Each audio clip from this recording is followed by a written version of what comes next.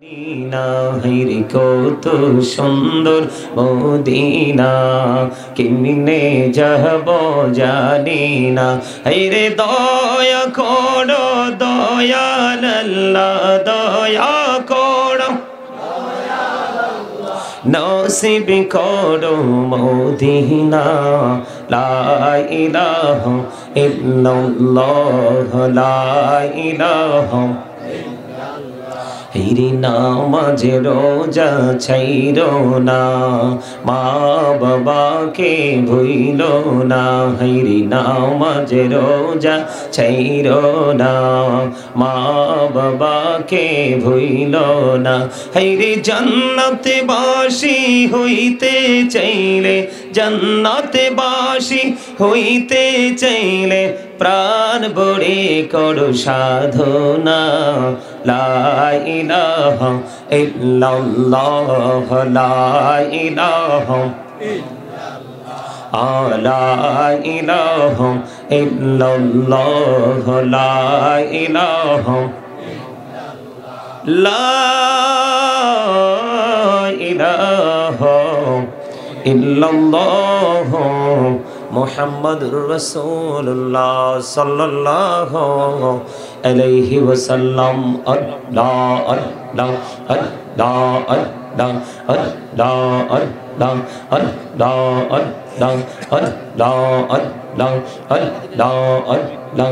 পাগল পাড়া মনটা শুধু খুঁজে দিবানিশি, কেমন করে বলবো গো দয়াল, কেমন করে বলবো গো দয়াল তোমায় ভালোবাসি। আল্লাহ আল্লাহ আল্লাহ আল্লাহ মোহাম্মদে আল্লাহ আল্লাহ আল্লাহ আল্লাহ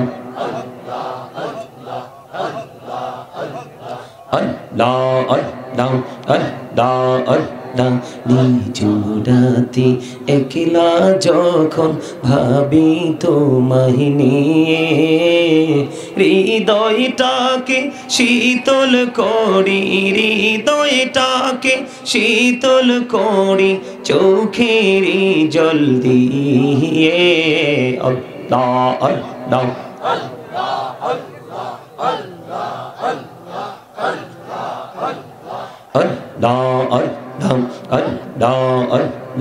এই পৃথিবী বড়ই নিঠুর, নেই তো ভালোবাসা। আওয়ালা খেরে পাবো গো তোমায়, আওয়ালা খেরে পাবো গো তোমায়, এই তো মনে আশা। আল্লাহ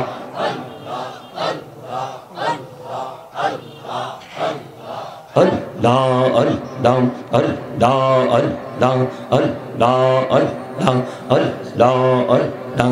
প্রেমেরা কহুড়ে গো নবী মেহরাজেতে যাইয়া, দয়াল প্রভু দিলেন মেরাজ, দয়াল প্রভু দিলেন মেরাজ মুমিনের লাগিয়া।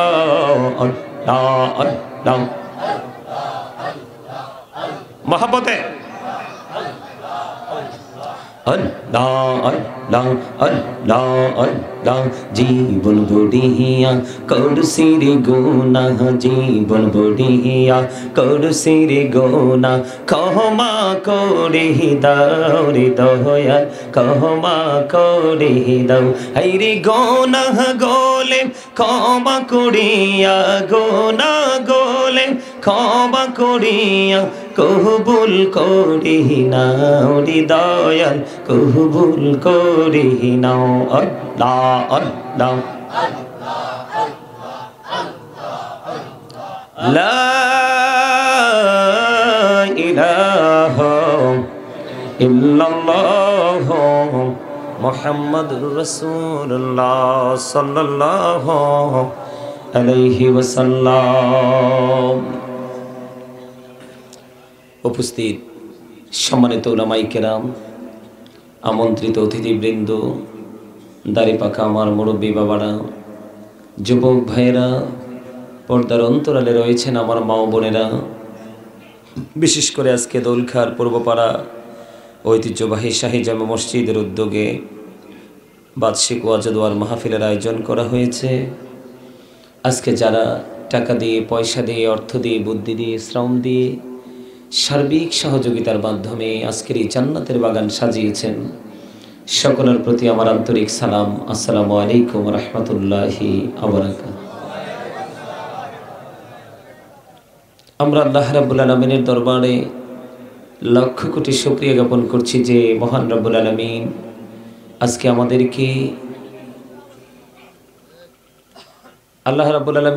আমাদেরকে কিছু সময়ের জন্য পৃথিবীর চিন্তা ভাবনা, পৃথিবীর কাজকর্ম, বিশেষ করে আমরা মানুষ হিসাবে আমাদের জন্য রাতের অংশটা সবচেয়ে বেশি বড় নেয়ামত হলো ঘুম। আমরা সেই ঘুমকে পর্যন্ত বিসর্জন দিয়ে আমরা জান্নাতের বাগানে উপস্থিত হতে পেরেছি এবং তার সাথে সাথে আমরা আল্লাহর হাবিবের শানে মুক্তাসারভাবে দরুদ, আল্লাহর জিকির করার তৌফিক আল্লাহ আমাদেরকে দিয়েছেন। সেই শুকরিয়া তান সকলে একবার পড়ুন আলহামদুলিল্লাহ, আরো জোরে পড়ুন আলহামদুলিল্লাহ। সম্মানিত উপস্থিতি, আপনাদেরকে আমি বিনীতভাবে অনুরোধ করব, আপনাদের সামনে ফাঁকে ফাঁকে অনেক গ্যাপ দেখা যায়। আপনাদের সামনে ফাঁকে ফাঁকে কি দেখা যায়? অনেক গ্যাপ দেখা যায়। আপনারা নিজ নিজ দায়িত্বে একেবারে মৌচাকে যেইভাবে মৌমাছি বসে ঠিক সেইভাবে আপনারা বসতে হবে।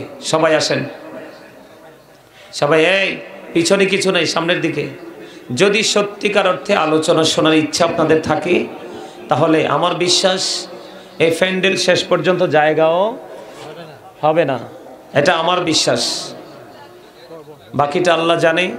এজন্য আপনারা আগে থেকেই নিজেরা নিজেদের মতো করে সুন্দর করে একবারে চেপে চেপে আপনারা সবাই সামনের দিকে এসে, কারণ জান্নাতের বাগান ফাঁকা, সামনের জায়গা ফাঁকা রেখে পিছনে বসা এটা কখনোই কি দেখায় না, সুন্দর দেখা যায় না এবং এটা আদবও না। জান্নাতের বাগানে আসার পরে আপনার প্রথম কাজ হলো আদবের সাথে বসা। সবাই আসেন। এই যে আপনারা পিছনে বসে আছেন কেন?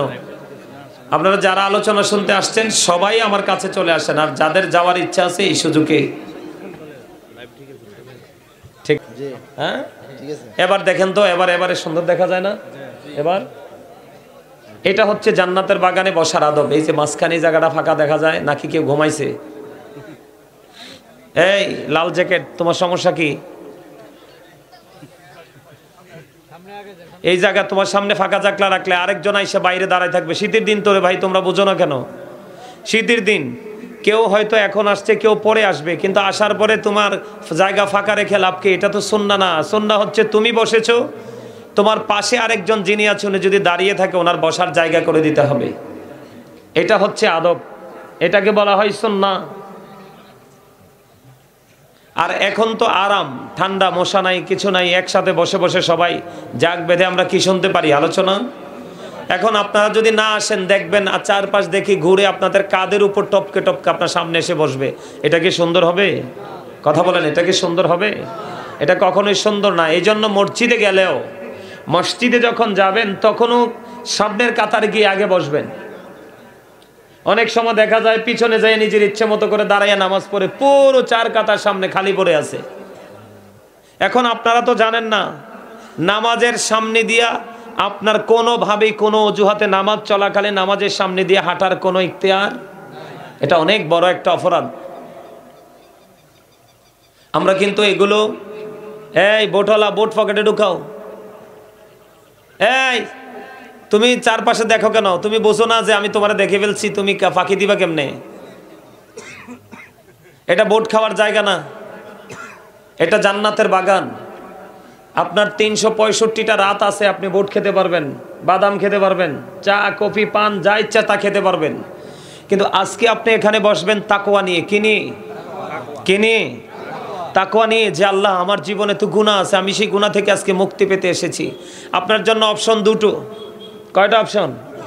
দুইটা অপশন। একটা হলো কি জানেন, আজকে আপনার কাছে যাকে আপনি ইনভাইট করেছেন, যাদেরকে আপনারা সবাই সমর্থন করে, যাদেরকে আজকে আলোচক হিসাবে ইনভাইট করেছেন, সম্মান করে ভালোবেসে যাদেরকে দাওয়াত দিয়েছেন, ফার্স্ট টাইম বলবো, তারা হচ্ছে আপনাদের জন্য নাজাতের প্রথম উসিলা আজকের জন্য। এবং আল্লাহ রাব্বুল আলামিন যে আপনার আমার জন্য যে চিরস্থায়ী জান্নাত বরাদ্দ করেছে, ওই জান্নাত পর্যন্ত আপনি একজন আলেমকে, একজন আল্লাহর ওলিকে ভালোবাসার কারণে আপনি পেয়ে যাবেন। আর জোরে বলেন সুবহানাল্লাহ। আমাদের তো মনোযোগ এখনো এলোমেলো, এইভাবে বসলে লাভ হবে না। আমি আপনাদের কাছে গত বছর আসছিলাম না, কিন্তু আলোচনা শেষ করতে পারি নাই। আপনাদের মনে আছে? আমি চলে গেছিলাম, তো এই বছর আবার আসছি আলোচনাটা গোছানোর জন্য। কিসের জন্য? গোছানোর জন্য আসছি। আপনারা এমন কোনো কাজ করবেন না যে এই বছর আলোচনাটা মাঝখানে রেখে আমাকে চলে যেতে হয়। আমার দিকে তাকান, একদম ঠান্ডা মাথা, একদম রিল্যাক্স মোডে আমার কথাগুলো শুনবেন আপনারা, কারণ এটা একটা ক্লাস। এটা কি? আপনারা সবাই আমার বাবার বয়সী, চাচার বয়সী, দাদার বয়সী, আমার ভাইদের বয়সী, সবাই কিন্তু এই মুহূর্তে কি student. Thank you very much. এই যে আমার চাচা সাদা দাড়ি, একদম সবার আগে বলে দিছে আমি ছাত্র। আমি কিন্তু খেয়াল রাখছি, আমি কিন্তু সবার দিকে নজর রাখবো। ওই কর্নারেও যদি কেউ দুষ্টামি করে আমি কিন্তু দাঁড় করাবো। হ্যাঁ, কারণ এই যুগের ছেলেরা তামাশা করতে করতে করতে করতে করতে করতে এখন বর্তমান প্রজন্মের ম্যাক্সিমাম যুবক যুবতী নিজেই তামাশা হয়ে গেছে। কেন জানেন? মসজিদ কি, মাহফিল কি, আল্লাহর ঘর কি, বাজার কি, দোকান কি, সৌমনি কি, এগুলো কিচ্ছু তারা বোঝে না। কোনটার সাথে কোনটার কতটুকু ডিস্টেন্স আছে, কোনটার সাথে কোনটাকে কিভাবে কম্পেয়ার করতে হবে, এটা তারা বোঝেই না। শুধুমাত্র অবহেলা। একটা জিনিস আমাদের এই বর্তমান প্রজন্মের ছেলে মেয়েদের মাথাটাকে খেয়েছে। আমি আপনাদেরকে বলি, আপনারা মনে করবেন যে আমরা সবাই গুনাহগার, আজকে এসেছি গুনাহ থেকে মুক্তি পাওয়ার জন্য। এইটা যদি আপনাদের মাথায় থাকে, দেখবেন রাত পার হয়ে যাবে কিন্তু ওয়াজ শোনার মজা আপনাদের হৃদয় থেকে কমবে না।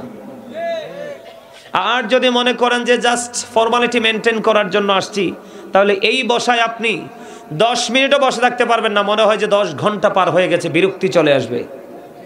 কারণ আমার দিকে তাকান, আপনার আমার এই বডিটা কিন্তু আসল নয়। আপনার আমার আসল হচ্ছে সোল, যেটা কি কোরআনের ভাষায় বলা হয় রূহ, ইংলিশ এটাকে বলা হয় সোল, বাংলাতে এটাকে বলা হয় আত্মা। এটা হচ্ছে আসল। যখন এটা ছিল না তখন আপনাকে আমাকে কেউ মানুষ বলে নাই।